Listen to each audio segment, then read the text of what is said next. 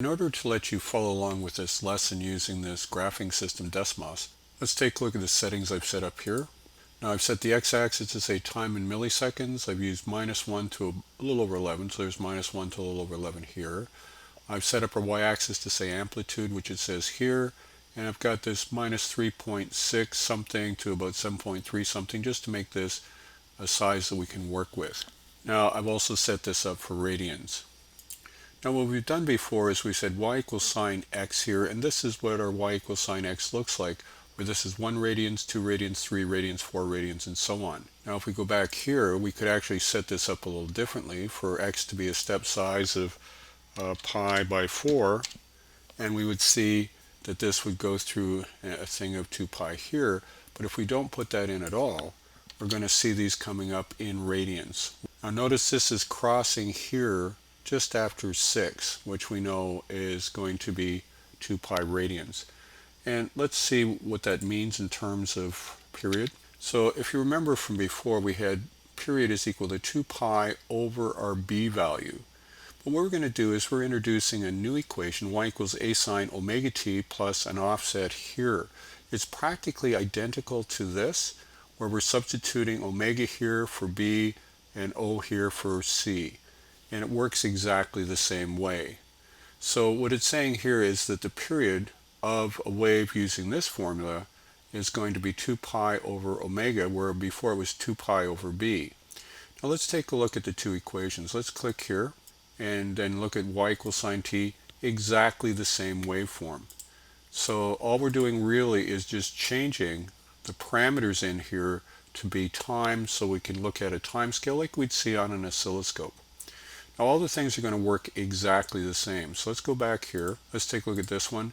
So if we change our B, we can see that we're changing our frequency back and forth. But we don't want to use radians. We want to use these time in milliseconds here. So we're going to be adjusting things to make that happen. So let's go back down to here. Right now we've got it set at 3. So let's take a look at what we've got for our sliders for this new formula. We've got 1 and 3, 0.5, 2.7, -10, and +10. Now as we saw before, if we just do y equals sine t, it crosses here. As we look here, 2 pi over omega, which is 2 pi over b like we had before, is going to be 2 pi over 1. Let's do our calculator here.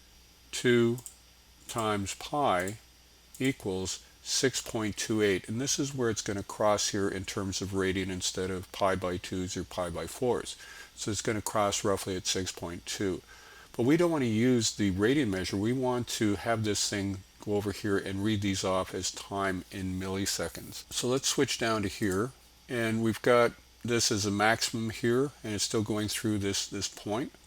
What we're going to do is we're going to say, okay, let's see if this time when we move our slider, we can get one complete waveform in 10 milliseconds. So let's move this slider. And let's see, there is 10 milliseconds, as close as we can get. So again, let's take a look at what the formula was. 2 pi over omega.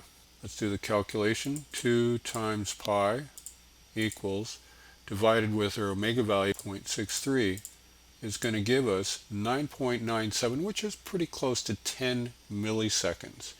Now since this is milliseconds, we're going to say EE3 change sign. And then we're going to do 1 over to find out that that wave now represents a total of 100 hertz, or 100 cycles per second. What we want to do is start moving the sliders around to get now 2 complete waveforms and make sure that we can understand how that works. So let's try that, W now, until we get 2 complete waveforms in that 10 millisecond window.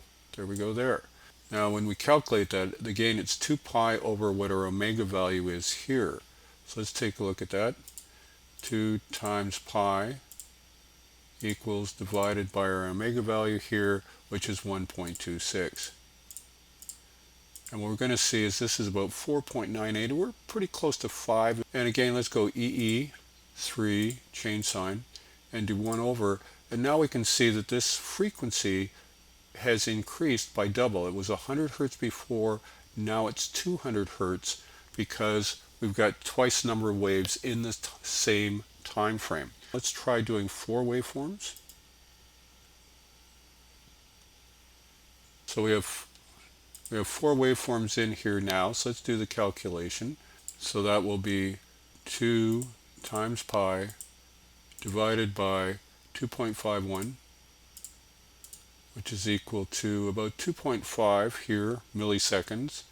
And again, EE3 change sign 1 over, this is now 400 hertz because we've got 4 times number of waves in the 10 milliseconds that we had here.